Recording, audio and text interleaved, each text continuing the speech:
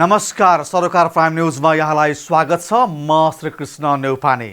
सरोकार प्राइम न्यूजमा आज हामीसँग हुनेछन् नक्कली भुटानी शरणार्थी प्रकरणमा मुछिएका पूर्व मन्त्री रायमाझी सहित 8 जनालाई थुनामै राखेर अनुसन्धान गर्न उच्च अदालतको आदेश। खाँडको हकमा भने न्यायाधीशको राय बाजियो। अर्थतन्त्रमा समस्या देखाएर केही स्वार्थ समूहले अवाञ्छित फाइदा उठाउन खोजिरहेको कार्यवाहक प्रधानमन्त्री खड्काको टिप्पणी। सरकार जिम्मेवार रूपमा लागिरहेकाले अर्थतन्त्र आफ्नो लयमा फर्किने भनाई। खराब कर्जा बढेकै कारणले लाभांशमा कडाई गर्नु परेको गभर्नर महाप्रसाद अधिकारीको जवाफ। बढी ब्याज लिएको प्रमाणित भए फिर्ता गराउने उल्लेख। इजरायल र हमास बीच थप गरिएको युद्धविराम सकिए लगत्तै इजरायली सेनाबाट पुनः आक्रमण सुरु। युद्धविरामको शर्त बमोजिम हमासले बन्दक रिहा नगरी सम्झौता उल्लङ्घन गरेको इजरायली प्रधानमन्त्री नेतन्याहुको आरोप।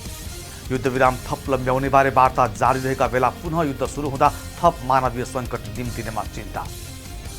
आगामी मङ्सिर 25 देखि नेपाल र भारतको महिला दृष्टिविहीन क्रिकेट टोलीबीच 5 खेलको T20 सिरिज हुने समाचार सहित अन्य थुप्रै खबर आज हामीसँग हुनेछन्। तर सबभन्दा पहिले आजका मुख्य हेडलाइन।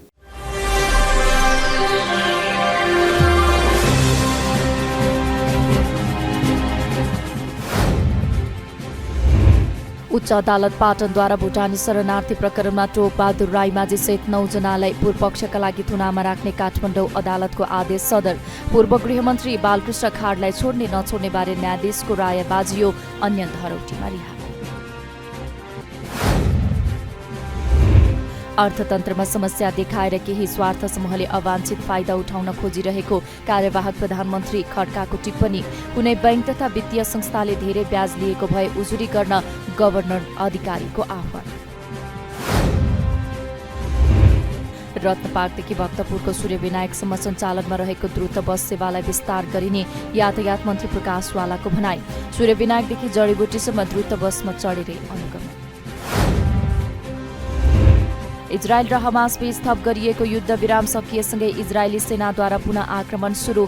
युद्ध पुनः सुरु भएसँगै गाजामा अत्यावश्यकीय सामग्रीको सङ्कट सुरु हुने सम्भावना।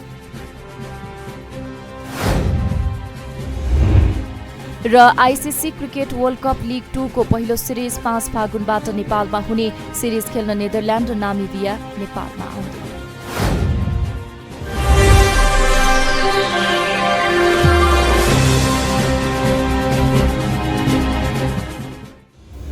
सरोकार प्राइम न्यूज अब विस्तारमा। उच्च अदालत पाटनले नक्कली भुटानी शरणार्थी प्रकरणका अभियुक्त टोप बहादुर रायमाझी सहित 9 जनालाई पूर्वपक्षका लागि थुनामा राख्ने काठमाडौँ जिल्ला अदालतले गरेको आदेश सदर गरेको छ। न्यायाधीश जनकराज पाण्डे र प्रकाश खरेलको संयुक्त इजलासले रायमाझीसँगै पूर्व सचिव टेक नारायण पाण्डे, इन्द्रजित राई, केशव दुलाल, सागर राईलाई पूर्वपक्षका लागि थुनामा राख्ने काठमाडौँ अदालतको आदेश सदर गरेको हो। त्यस्तै उच्च अदालतले आङटावा शेर्पा, सानु भण्डारी, सञ्जय शर्मा र गोविन्द चौधरीलाई पनि थुनामै पठाउने आदेश दिएको छ। यसैगरी टेकनाथ रिजाललाई 15 लाख रुपैयाँ धरौटी, सन्दीप रायमाझीलाई 30 लाख र नरेन्द्र केसीलाई 10 लाख रुपैयाँ धरौटीमा रिहा गर्न आदेश दिएको छ भने हरिभक्त महर्जन, लक्ष्मी महर्जन, शमशेर मिया, आशिष बुढाथोकी, टेक गुरुङ, रामशरण केसी र केशव तुलाधरलाई धरौटीमा रिहा गर्न आदेश दिएको उच्च अदालतका प्रवक्ता तीर्थराज भट्टराईले जानकारी दिनुभयो। त्यस्तै पूर्व गृहमन्त्री बालकृष्ण खाडलाई भने उच्च अदालत पाटनले थुनामुक्त गर्न अस्वीकार गरेको छ। न्यायाधीश जनकराज पाण्डेले 30 लाख रुपैयाँ धरौटीमा छाड्न राय दिए पनि अर्का न्यायाधीश प्रकाश खरेलले त्यसमा असहमति जनाएपछि खाडको मुद्दा तेस्रो न्यायाधीशको जिम्मा लगाउने निर्णय भएको उच्च अदालतका प्रवक्ता भट्टराईले जानकारी दिनुभयो। 1 गते, 80/3/15 गते र 80/3/31 मा भएको आदेश मिलेको छैन भनी हेर्दा निवेदक प्रतिवादीहरू टेकनारायण पाण्डे, डाक्टर इन्द्रजित राई, टोपबहादुर रायमाझी, केशव प्रसाद दुलाल, सानु भण्डारी, सागर राई, विक्रम भन्ने गोविन्द कुमार चौधरी, सन्देश शर्मा, आङ टावा शेर्पाको हकमा विचार गर्दा यी प्रतिवादीहरू उपरको जारी दरखास्त, प्रतिवादीको 1 आपसको पोल बयान, पीडितहरूको घटना विवरण कागज समेतका तत्काल प्राप्त प्रमाणका आधारमा यी निवेदकहरू टेकनारायण पाण्डे, डाक्टर इन्द्रजित राई, टोपबहादुर रायमाझी, केशव प्रसाद दुलाल, सानु भण्डारी, सागर राई, विक्रम भन्ने गोविन्द कुमार चौधरी, सन्देश शर्मा, आङ टावा शेर्पालाई मुद्दा पूर्वपक्षको निमित्त थुनामा राख्ने गरी भएको काठमाडौँ जिल्ला अदालतको मिति 80/3/1 को आदेश मिलेकै देखिँदा परिवर्तन गरिरहन परेन। निवेदक प्रतिवादी सन्दीप रायमाझीको हकमा विचार गर्दा मिसिल संलग्न जाहेरी दरखास्त तथा पीडितको घटना विवरण कागजबाट यी प्रतिवादी सन्दीप रायमाझीले पीडितसँग रकम लिएको देखिएन। प्रतिवादीले अधिकार प्राप्त अधिकारी तथा अदालत समक्ष बयान गर्दा अभियोग दाबीको कसुरमा इन्कार रहेका छन्। अनुसन्धानका सिलसिलामा सङ्कलित सबुत प्रमाणबाट निज प्रतिवादीको कसुरमा संलग्नता पुष्टि हुन नसकेको अवस्थामा यी प्रतिवादीलाई मुलुकी फौजदारी संहिता 74 को दफा 67(1) ख बमोजिम थुनामा राखी मुद्दाको पूर्वपक्ष गर्ने गरी काठमाडौँ जिल्ला अदालतबाट मिति 80/3/1 मा भएको आदेश बदर गरिदिएको छ। प्रतिवादी सानो भण्डारीको अधिकार प्राप्त अधिकारी समक्षको बयान समेतका तत्काल प्राप्त प्रमाणबाट प्रतिवादी सन्दीप रायमाझीलाई ऐजन संहिताको दफा 68(1) बमोजिम नगद 30 लाख नगद धरोट वा ब्याङ्क जमानत दिएली तारिकमा राखी मुद्दाको पूर्वपक्ष गरी नियमअनुसार गर्नु। निवेदक प्रतिवादी टेकनाथ रिजालको हकमा विचार गर्दा प्रतिवादी टेकनाथ रिजाल नेपाली नागरिकलाई भुटानी शरणार्थी बनाई अमेरिका लैजाने समेतका कसुरमा अधिकार प्राप्त अधिकारी तथा अदालत समक्ष बयान गर्दा इन्कार रहेका छन्। यी प्रतिवादीले जाहेरवाला समेतका मानिसहरूबाट रकम लिएको पुष्टि हुन सकेको छैन। अभियोग दाबीको कसुरमा यी प्रतिवादीको प्रत्यक्ष सहभागिता पुष्टि हुन नसकेको, प्रतिवादीको उमेर 76 वर्षको भई ज्येष्ठ नागरिक देखिएको, निजको मानसिक स्वास्थ्य समेतका समस्या देखिएको तथा प्रतिवादी शरणार्थी नेता भई नेपालमा निर्वासित जीवन व्यतीत गरी निज अन्य देशमा भागी जाने अवस्था समेत नदेखिँदा प्रतिवादी टेकनाथ रिजाललाई मुलुकी फौजदारी कार्यविधि संहिता 2074 को दफा 67 बमोजिम थुनामा राखी मुद्दाको पूर्वपक्ष गर्ने गरी भएको ता अदालतको 80/3/1 को आदेश मिलेको नदेखिँदा बदर गरिदिएको छ। अब प्रतिवादी रामशरण केसीको बयान समेतका तत्काल प्राप्त प्रमाणहरूबाट यी प्रतिवादी टेकनाथ रिजाललाई मुलुकी फौजदारी संहिता 2074 को दफा 68 र 72 बमोजिम 15 लाख रुपियाँ नगद धरोट वा ब्याङ्क जमानत दिएली तारिकमा राखी मुद्दाको पूर्वपक्ष गरी नियमअनुसार गर्नु। अब निवेदक बालकृष्ण खाँडको हकमा विचार गर्दा जाहेरवाला तथा घटना विवरण कागज गर्ने पीडितले यी निवेदक प्रतिवादी बालकृष्ण खाँडले ठगी गरेको वा निजबाट रकम लिएको भनी यी प्रतिवादीको नाम उल्लेख गरेका छैनन्। प्रतिवादी अधिकार प्राप्त अधिकारी तथा अदालत समक्ष बयान गर्दा अभियोग दाबीको कसुर पूर्णतः इन्कार रही बयान गरेको देखिन्छ। घटना विवरण कागज गर्ने तत्कालीन अवस्थामा गृह मन्त्रालयमा कार्यरत स्थानीय प्रशासन तथा प्रदेश समन्वय शाखाका प्रमुख शाखा अधिकृत सन्तोष प्रधानले बालकृष्ण पन्थीको कार्यदलले तयार पारेको प्रतिवेदन पछिल्लो समयमा मन्त्री परिषदबाट फिर्ता आई आफ्नो जिम्मामा रहेको विभिन्न समयमा उक्त प्रतिवेदन शाखा प्रमुख सागरमणि पाठक, उपसचिव शेखर पौडेल, महाशाखा प्रमुख फणेन्द्रमणि पोखरेल तथा सचिव टेकनारायण पाण्डेले माग्ने गरेका थिए। के कसरी उक्त प्रतिवेदनको समानान्तर अर्को प्रतिवेदन तयार भयो आफूलाई थाहा नभएको भनी आफ्नो बेहोरा लेखाएको देखिन्छ। प्रस्तुत मुद्दाका सहप्रतिवादी टेकनारायण पाण्डेको बयान समेतबाट यी निवेदक प्रतिवादीले उक्त प्रतिवेदन मागेको अथवा उक्त प्रतिवेदनमा कुनै चासो राखेको देखिँदैन। निवेदक प्रतिवादीलाई सुरु जिल्ला अदालतले थुनामा राख्दा प्रस्तुत मुद्दाका प्रतिवादी केशव दुलाल र अर्का प्रतिवादी टेकनारायण पाण्डे बीच भएको टेलिफोन संवादलाई पनि लिएको देखिन्छ। उक्त संवादमा उल्लेख भएको गिफ्ट भनेको रकम हो र उक्त रकम प्रतिवादी केशव दुलालबाट यी प्रतिवादीले लिएको भन्ने दाबीका सम्बन्धमा मुद्दा अनुसन्धानका क्रममा बयान तथा ततिममा बयान गर्दा प्रतिवादी केशव दुलालले उक्त तथ्यमा इन्कार गर्दै आफूले प्रतिवादी बालकृष्ण खाँडलाई नभेटेको तथा निजलाई कुनै रकम नदिएको भनी उल्लेख गरेको पाइयो। ततिममा बयानमा निज प्रतिवादी केशव दुलालले टेकनारायण पाण्डेलाई रु 1,25,00,000 दिएको भनी उल्लेख गरेको देखिन्छ। प्रस्तुत मुद्दाका प्रतिवादी आङटावा शेर्पाले गरेको घटना विवरण कागज हेर्दा आङटावा शेर्पा प्रस्तुत मुद्दामा पहिला सरकारी साक्षीको रूपमा घटना विवरण कागज गरेको तथा तुरुन्तै पछि प्रतिवादी कायम गरेकोमा अनुसन्धान अधिकारी एवं अदालत समक्ष बयान गर्दा घटना विवरण कागजलाई यातना दिई गराएको भनी अस्वीकार गरी आफू कसुरमा इन्कार रही बयान गरेको पाइयो। प्रतिवादी टेकनारायण पाण्डेले प्रतिवादी नरेन्द्र केसीलाई सम्बोधन गरी लेखेको चिटमा प्रतिवादी बालकृष्ण खाँडको नाम उल्लेख नभएको तथा उक्त कागज प्रतिवादी टेकनारायण पाण्डेले आफू पक्राउ परेपछि लेखेको भन्ने तथ्य निजको बयान तथा निज बसेको प्रहरीको हिरासत कक्ष खानतलासी गर्दा डायरी तथा पेन बरामद गरेको मिसिल संलग्न बरामदी मुजुल्काबाट देखिन्छ। यसरी प्रतिवादी बालकृष्ण खाँड विरुद्ध किटानी जाहेरी नपरेको, निज अनुसन्धान अधिकारी एवं अदालत समक्ष कसुरमा इन्कार रहेको, सहप्रतिवादीले यी प्रतिवादी कसुरमा संलग्न रहेको भनी पोल नगरेको तथा मिसिल संलग्न अन्य तत्काल प्राप्त प्रमाणहरूबाट यी निवेदक प्रतिवादी बालकृष्ण खाँडलाई थुनामा नै राखी मुद्दा पूर्वपक्ष गर्नुपर्ने सम्मका आधार कारण र अवस्थाको विद्यमानता रहेको नदेखिँदा निवेदक प्रतिवादी बालकृष्ण खाँडलाई मुलुकी फौजदारी कार्यविधि संहिता 74 को दफा 67 बमोजिम पूर्वपक्षका निमित्त थुनामा राख्ने गरी भएको अदालतको 3-1 को आदेश विरुद्धको देखिँदा बदर गरिएको छ। अब यी प्रतिवादीको नाम झारवाला प्रेमराज पन्थीको जारीको पेटबोलीमा उल्लेखसम्म भएको देखिँदा पछि प्रमाण परीक्षण र मूल्याङ्कन गर्दै जाँदा ठहरे बमोजिम नै हुने नै हुँदा हालमा यी निवेदक प्रतिवादी बालकृष्ण खाँडलाई मुलुकी फौजदारी कार्यविधि संहिता 74 को दफा 68 र 72 बमोजिम रु 30 लाख नगद धरोट वा बैंक जमानत तारिखमा राखी मुद्दाको पूर्वपक्ष गर्नु भन्ने एकजना न्यायाधीशको राय र अर्कोजना न्यायाधीशको राय के रह्यो यसमा भने यसमा उपयुक्त अनुसारका प्रतिवादी मध्ये प्रतिवादी बालकृष्ण खाँड बाहेकका अन्य प्रतिवादीहरूका हकमा माननीय न्यायाधीश श्री जनक पाण्डेबाट भएको आदेश रायसँग सहमत भएको छु। प्रतिवादी बालकृष्ण खाँडका हकमा प्रतिवादी टेकनारायण पाण्डे र केशव दुलाल बीचको मोबाइल म्यासेज प्रतिवादी नरेन्द्र केसीबाट बरामद भएको प्रतिवादी टेकनारायण पाण्डेले प्रतिवादी नरेन्द्र केसीलाई लेखिदिएको कागज प्रतिवादी आङटाबा शेर्पाको घटना विवरण कागज तथा सहप्रतिवादी टेकनारायण पाण्डेको अधिकार प्राप्त अधिकारी समक्षको मिति 80/1/27 को ततिम्बा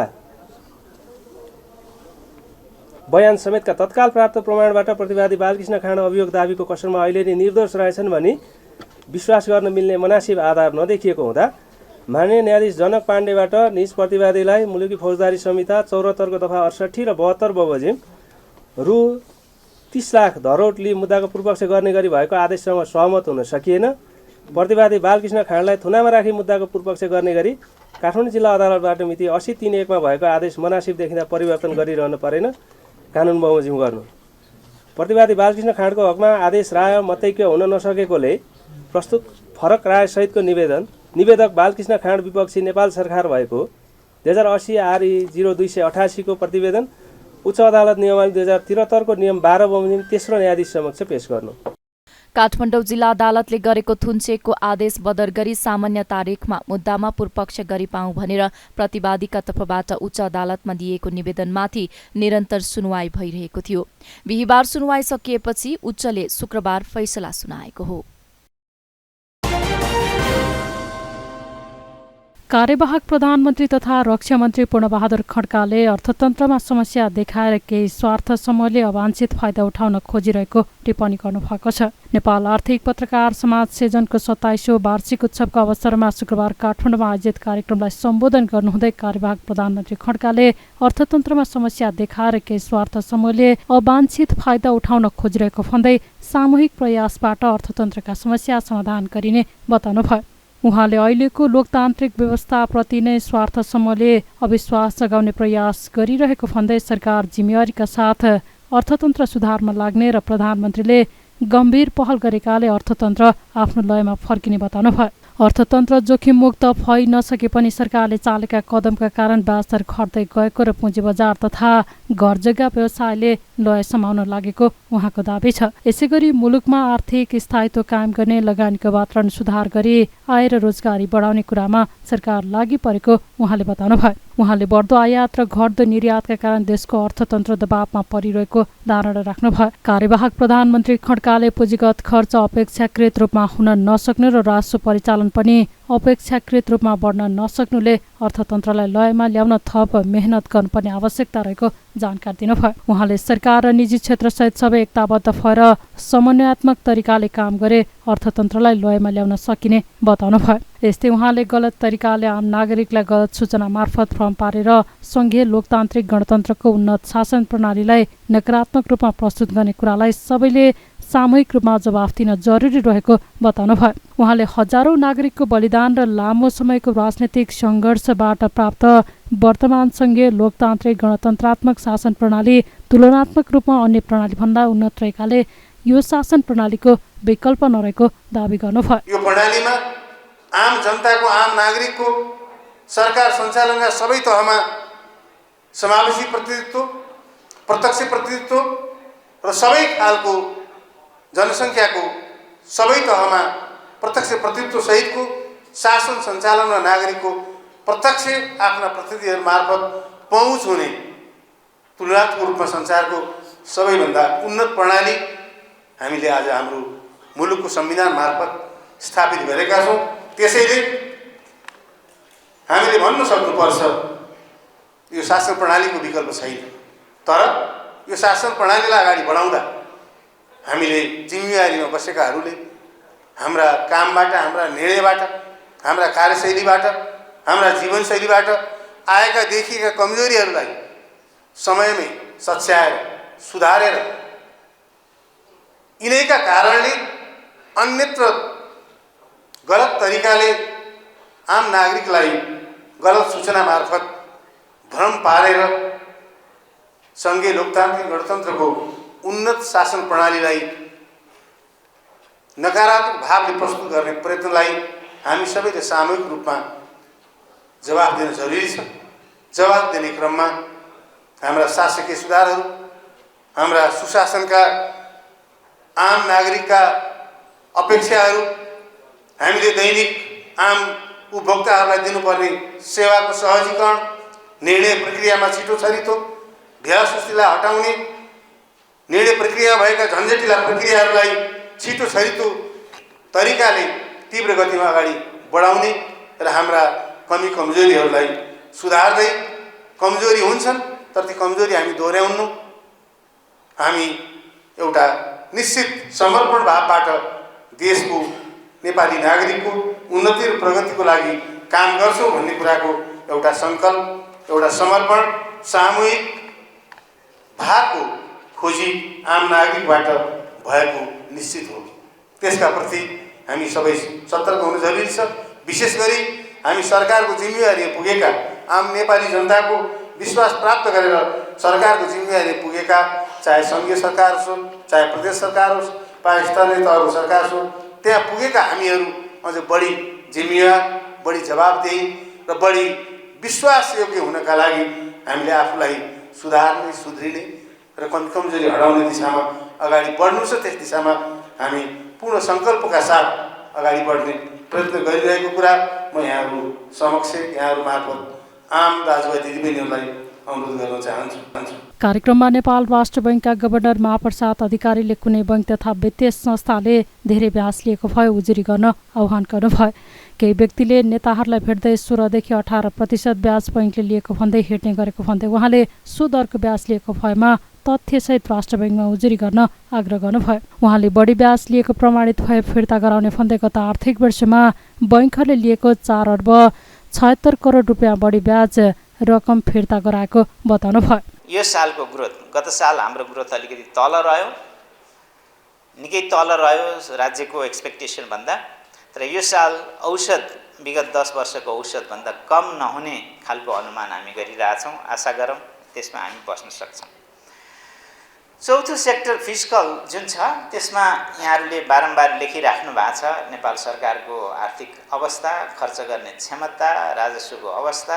राजस्वमा धेरैले क्वेसनहरू उठाइराख्नुहुन्छ, त्यसभित्रको एनालाइसिस अझै कम छ जस्तो मलाई लाग्छ। राजस्व कम उठ्न पछाडिका विविध कारणहरू छन्। हाम्रो राजस्वको बेसहरू सिफ्ट हुँदै गएको छ। हिजो जुन स्रोतहरूमा हामी राजस्व लाउँथ्यौँ, इभन इम्पोर्टमा पनि त्यो अब फरक स्रोतहरू बन्दै गएको छ।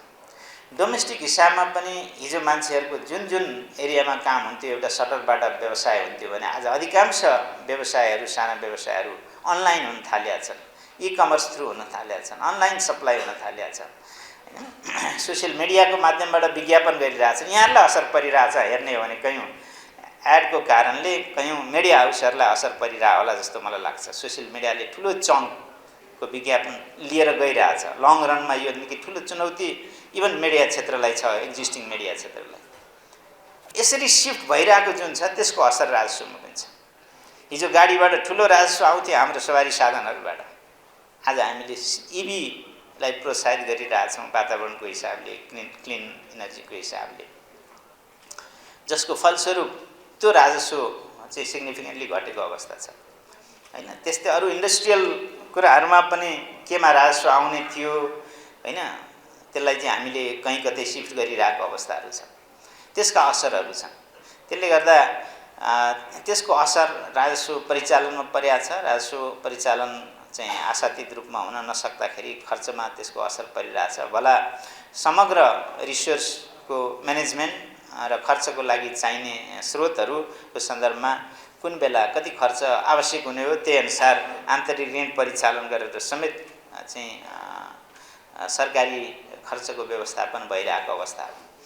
र शिथिलताको अवस्थामा नर्मल्ली हैन आर्थिक शिथिलता कहीँ पनि हुँदाखेरि इन्टरनेसनली यहाँहरूले हेर्नुभयो भने लिट्रेचरहरू हेर्नुभयो भने पनि के पाउनुहुन्छ भने त्यसमा इन्टरभेन्सन गर्ने एरिया भनेको हामीले खर्चमै हो, ठुला प्रोजेक्टहरूमै हो हैन, ठुला कार्यक्रमहरूमै हो।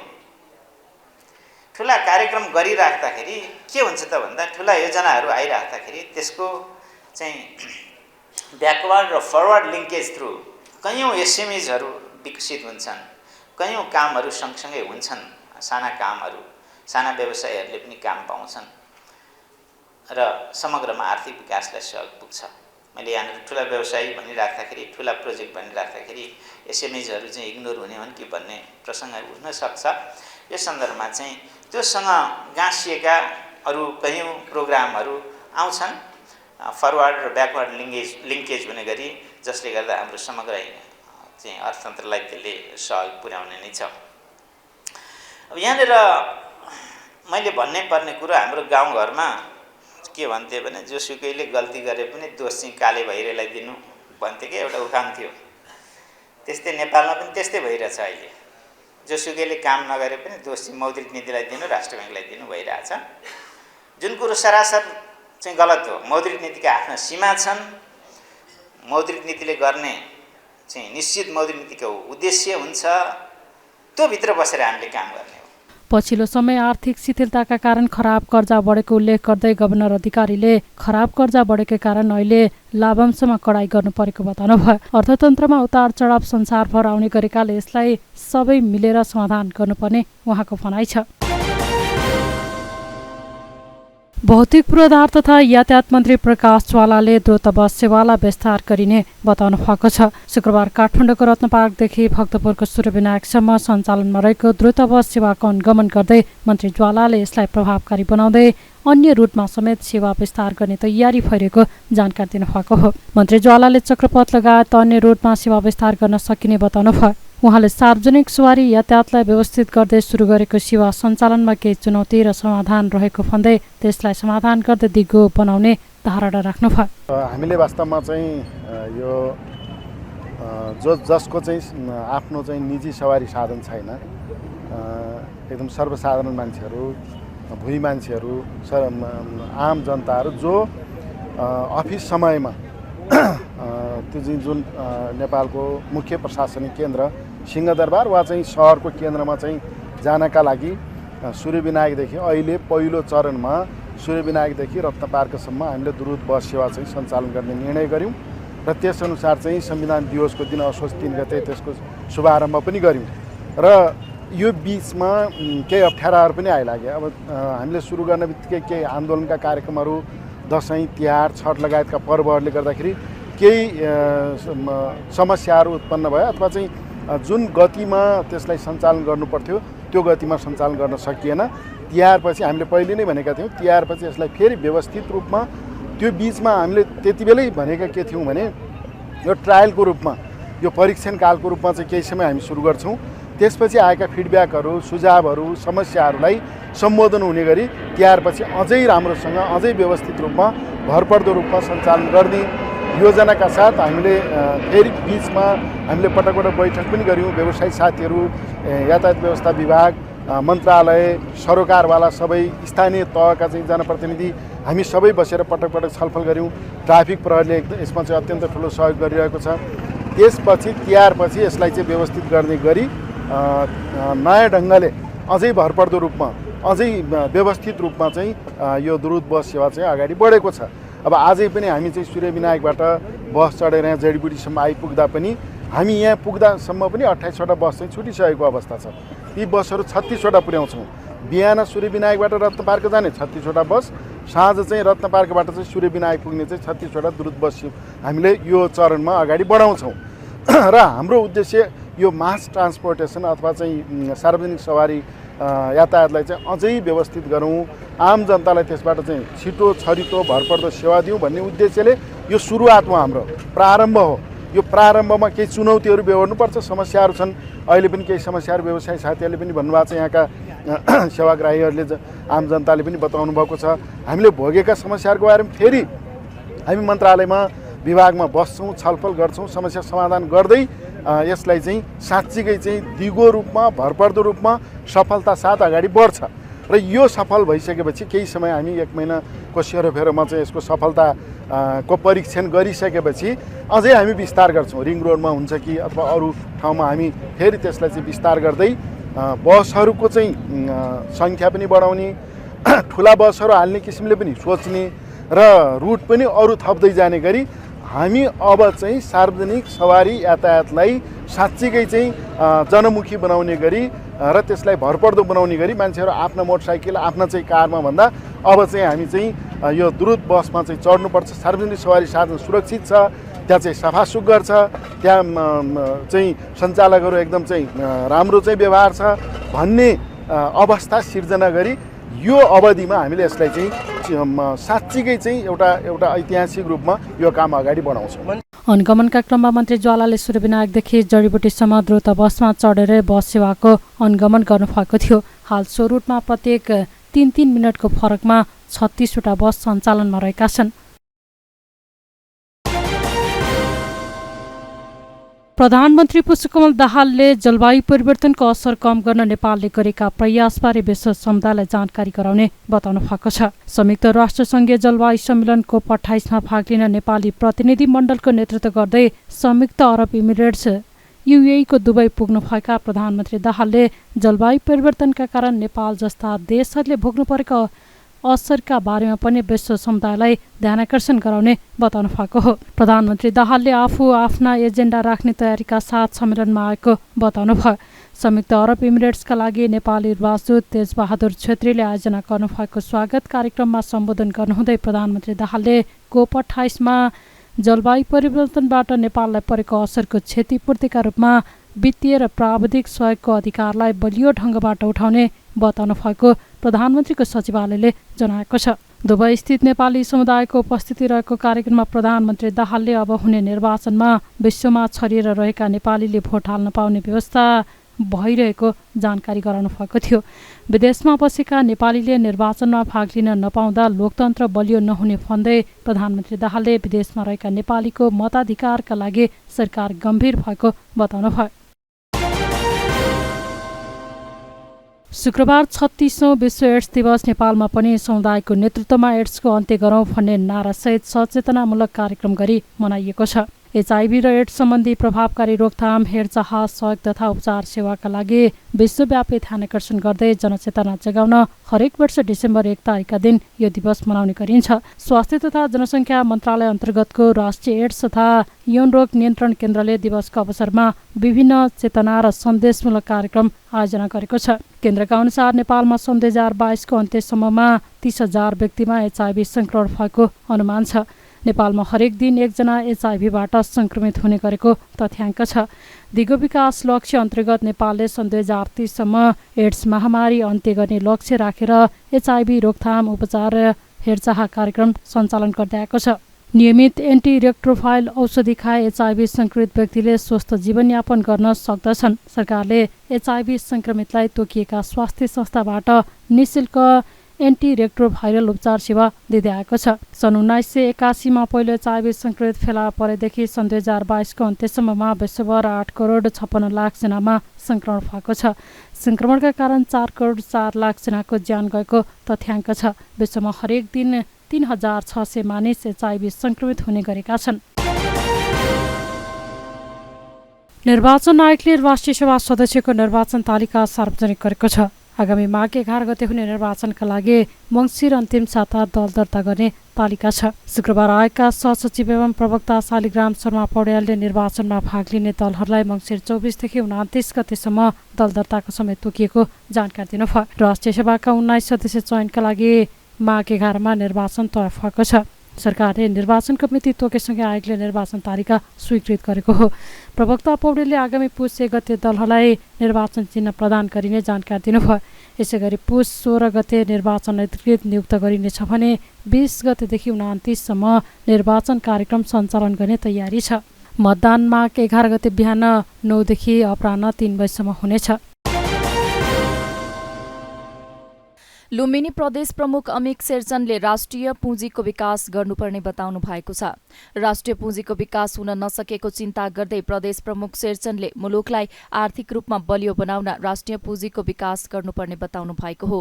शुक्रबार प्रदेश प्रमुखकै कार्यालय बुटवलमा आदिवासी जनजाति आयोगले तयार पारेको वार्षिक प्रतिवेदन बुझ्दै उहाँले नेपाल जलस्रोत, वन जंगल र खानीको धनी भएको उल्लेख गर्दै उत्पादनलाई बढाएर निर्यात गर्नुपर्नेमा जोड़ दिनुभयो। आदिवासी समुदायलाई अगाडि बढाउन तिनै तहको सरकारले आवश्यक नीति नियम बनाउनु पर्ने र त्यसका लागि आदिवासी जनजाति आयोगले काम गर्नुपर्ने प्रदेश प्रमुख शेरचनको भनाइरहेको छ। हामी सबैले देखेकै छौँ विश्वमा कहाँ कहाँ बमबार गरेको छ, कहाँ कहाँ रकेट चाहिँ लन्च गर्न पठाएको छ, के गरेछ तर थाहा छ हामीलाई। कति मानव अधिकारका कुराहरू कानुन भएनन् त्यो कुरा सबैलाई थाहा छ।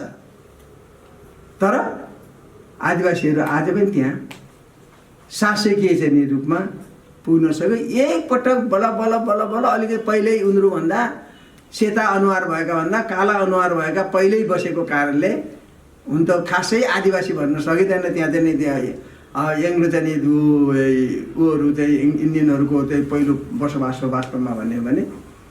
अब तर तिनीहरू ओबामा एकपटक पुग्न सक्नुभयो जम्मा जम्मी। ओबामा एकपटक चाहिँ त्यहाँ पुगेको कार्यक्रममा छु पछि गयो।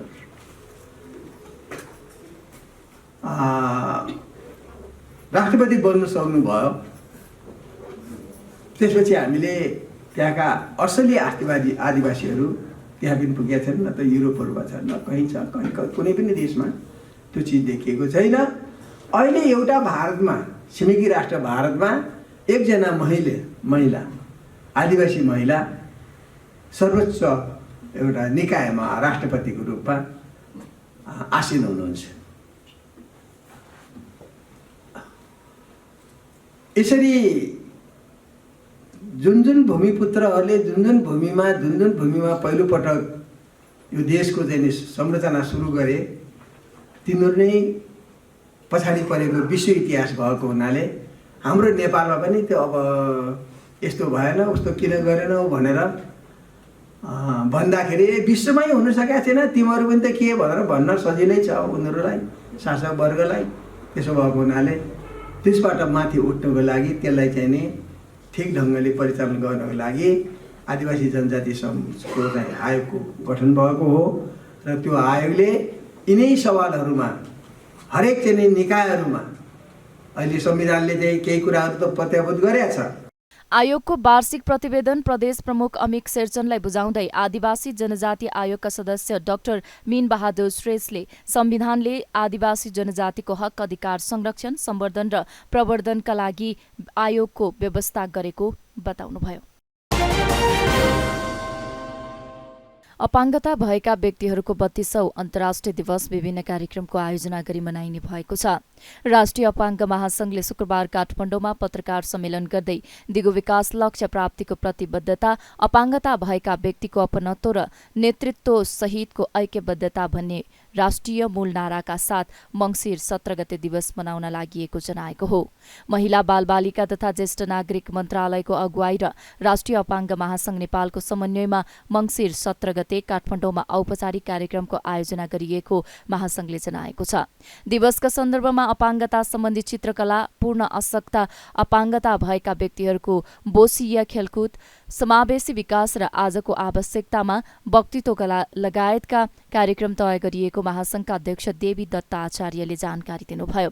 अध्यक्ष आचार्यले संविधानमा नै अपाङ्गता भएका व्यक्तिहरूको अधिकारको कुरा गरे पनि व्यवहारमा लागू हुन नसकेकाले तीनै तहको सरकारलाई झकझक्याउने काम गरेको बताउनुभयो। उहाँले बजेटको अभावका कारण पनि महासंघले प्रभावकारी रूपमा काम गर्न नसकेको जिकिर गर्नुभयो। आम नागरिक समाजको भूमिकालाई सरकारले सङ्कुचित अवस्थामा चाहिँ लिँदैछ, जसको फलस्वरूप चाहे दलितको क्षेत्रमा काम गर्ने संस्थाहरू भनौँ, चाहे चाहिँ अपाङ्गताको क्षेत्रमा काम गर्ने संस्थाहरू भनौँ, चाहे अन्तर्राष्ट्रिय सहायता संस्थाहरूले यो गभर्मेन्टको विभिन्न सेक्टरलाई सपोर्ट गर्ने सन्दर्भमा विभिन्न कानुनहरू तर्जुमा गरेर सङ्घ, प्रदेश, स्थानीय तहले उनीहरूको भूमिकाले बिस्तारै खुल्चाउने र आफू सशक्त हुने प्रयास गरिरहेको छ। न उहाँहरूले सशक्त रूपमा आफूले काम गर्न सक्नुभएको छ, न चाहिँ संस्थाले गर्न खोजेको कामलाई सपोर्ट गरिदिनु भएको छ। त्यस कारणले यहाँहरूले उठाएको जुन जिज्ञासा छ, जुन प्रश्न छ, सङ्घीय सरकारले र प्रदेश सरकारले, स्थानीय सरकारले, यो तिनै तहको सरकारले अहिले नागरिक समाजको भूमिकाले खुम्चाएको अवस्था छ। यसको कारणले गर्दाखेरि जुन अभियान सशक्त भएर अगाडि जानुपर्ने थियो, त्यो बिचको समयमा सबै क्षेत्रको र यो अपाङ्गता क्षेत्रको अभियान पनि केही खुकुलो भएको भन्ने यहाँहरूको महसुस र हाम्रो पनि बुझाइ थियो। र हामीले विभिन्न फोरमहरूमा के भन्ने गरेका छौँ भने संहिता आइसकेपछि हाम्रो अधिकार स्थापित हुनुपर्ने ठाउँमा हाम्रो अधिकार प्राप्ति कमजोर भएको छ, हामीले अधिकारहरू गुमाइरहेका छौँ भनेर हामीले सरकारको विभिन्न फोरमहरू भन्ने गरेका छौँ। त्यस कारणले म यहाँको के जानकारी गराउन चाहन्छु भने सङ्घीय सरकारले तथा नेपालको संविधान 2072ले अपाङ्गताको सम्पूर्ण व्यवस्थापन गर्ने कुरा संवैधानिक हिसाबले स्थानीय तहको एकल अधिकार हो भनेर चाहिँ उल्लेख गरेको छ। र हामीसँग सम्बन्धित अपाङ्गता भएका व्यक्तिहरूको अधिकारसँग सम्बन्धित कानुनले के भन्छ भने स्थानीय तहले सङ्घ, प्रदेश र स्थानीय तहले प्रदेश र सङ्घसँगको समन्वयमा अपाङ्गता अधिकारको लागि काम गर्नुपर्ने व्यवस्था गरेको छ, जुन स्थानीय सरकार संस्थानमा ऐनमा पनि उल्लेख गरिएको छ। र अपाङ्गता भएका व्यक्तिहरूको अधिकारसँग सम्बन्धित नियमावलीमा पनि केही कुराहरू खुम्चाइएको छ। ऐनमा आएको कुराहरू नियमावलीमा खुम्चाइएको हुनाले अपाङ्गता भएको व्यक्तिहरूले स्थानीय स्तरमा सेवा सुविधाहरू एकदमै प्राप्त गर्न सकिरहनु भएको छैन। यसको लागि राष्ट्रिय अपाङ्ग महासङ्घ नेपालले स्थानीय तहको क्षमता विकास गराउनुको लागि स्थानीय तहमा रहेका अपाङ्गता भएका स्वावलम्बी संस्थाहरूको क्षमता विकासमा अहिले काम गरिरहेको छ। यद्यपि स्रोत साधनको अभावले गर्दा यो अपाङ्गतालाई क्रस कटिङ इस्युमा पनि अगाडि बढाइएको हुनाले स्रोत साधनको कम उपलब्धता भएको हुनाले हामीले हाम्रो संस्थाहरू मार्फत स्रोतहरू परिचालन गर्न सकिरहेको अवस्था छैन।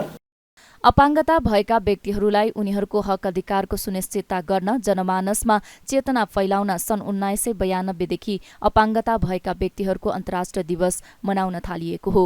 विश्व स्वास्थ्य संगठन र विश्व बैंकले सन् 2011मा प्रकाशित गरेको पछिल्लो अपाङ्गता सम्बन्धी विश्व प्रतिवेदन अनुसार संसारको कुल जनसङ्ख्याको 15% मानिसहरू कुनै न कुनै रूपमा अपाङ्गताको अवस्थामा बाँचिरहेका छन्। यो हरेक वर्ष बढ्ने क्रममा रहेको महासङ्घले जनाएको छ। सरकार प्राइम न्यूज आजलाई यति नै। सम्पूर्ण युनिटलाई बिदा दिनुहोस्। सत्य, तथ्य र निष्पक्ष समाचारका लागि हेर्दै गर्नुहोला सरकार टेलिभिजन। नमस्कार।